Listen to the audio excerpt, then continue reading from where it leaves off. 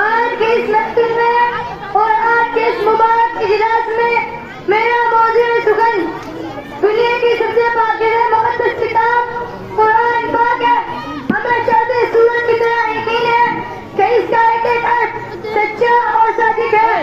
وہ قرآن پاک اس کی زبان مقدس، بیان مقدس اور جو فصاحت و بیان کا ٹھہرنے والا سمندر ہے. اس کے متعلق ارشاد ربانی ہے قرآن وہ کتاب ہے جس کے صادق اور برحق ہونے میں کوئی شک و شبہ نہیں. اس کے بارے میں وسیع انسانیت حضور پاک صلی اللہ علیہ وسلم نے ارشاد فرمایا تم میں سب سے بہتر وہ شخص ہے جو قرآن کے سیکھے اور سکھائے. دعا کیجیے خداوند قدوس ہم سب کو قرآن پاک کی دولت سے مال مال فرمائے. نوجوان دوستو، قرآن پاک رب ذوالجلال کی طرف سے عطا کردہ وہ عظیم تحفہ ہے کہ جس نے 23 برس کی قلیل مدت میں پورے عالم میں وہ انقلاب برپا کر دیا کہ بڑے سے بڑے فصحا، علماء، ادبا اور شعراء حیران شدہ رہ گئے کہ جس کی آیتوں کو سن کر پرتالی امام ہو گئے. دوستو، یہی وہ قرآن ہے زندگی دنیا تک کے انسانوں کی اضافہ ہدایت اور رحمت ہے. یہی وہ قرآن ہے جس نے رسول کی رسالت کا اعزاز بخشا.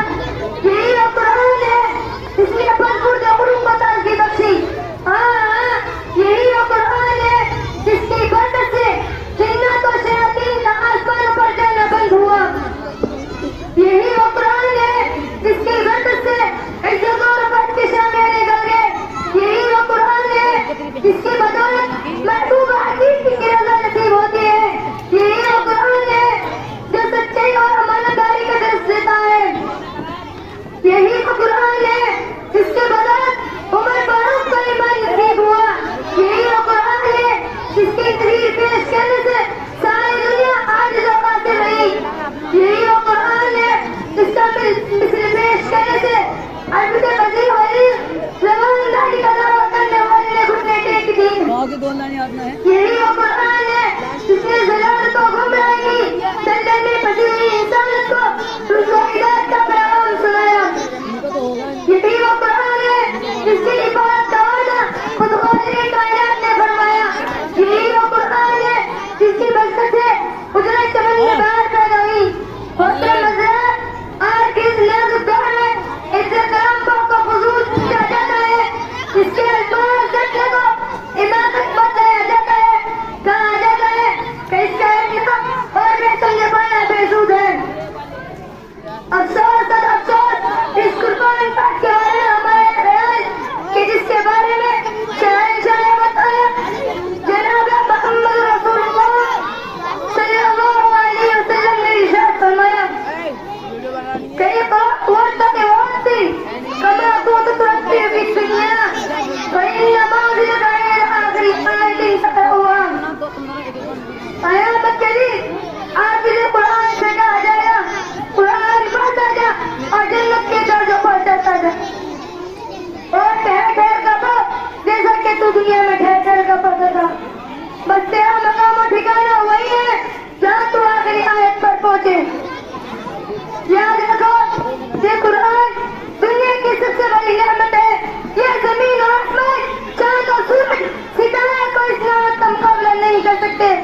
یہ قرآن رب کائنات کا مقدس عظیم کلام ہے.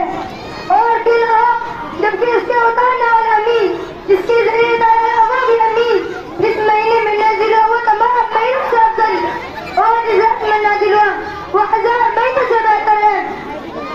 اللہ کے مقدس اور پاکیزہ کلام تمام کلاموں سے افضل اور بہتر ہے. حدیث پاک میں آتا ہے فضل کلام اللہ علی سائر کلام کفضل اللہ علی نبی.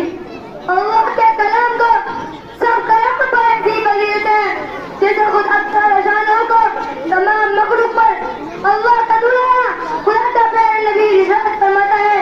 اس نے قرآن پڑھا اور اس پر عمل کرا تو کل قیامت کے دن اس کے والدین کو سورج سے بھی زیادہ روشن پہنایا جائے گا. اور کرنے کا مقام کہ جب والدین کو اس گرا قدر انعام سے نوازا جائے گا تو خود پڑھنے والے کا مقام و مرتبے تک قائم ہوگا. حضرات، خیال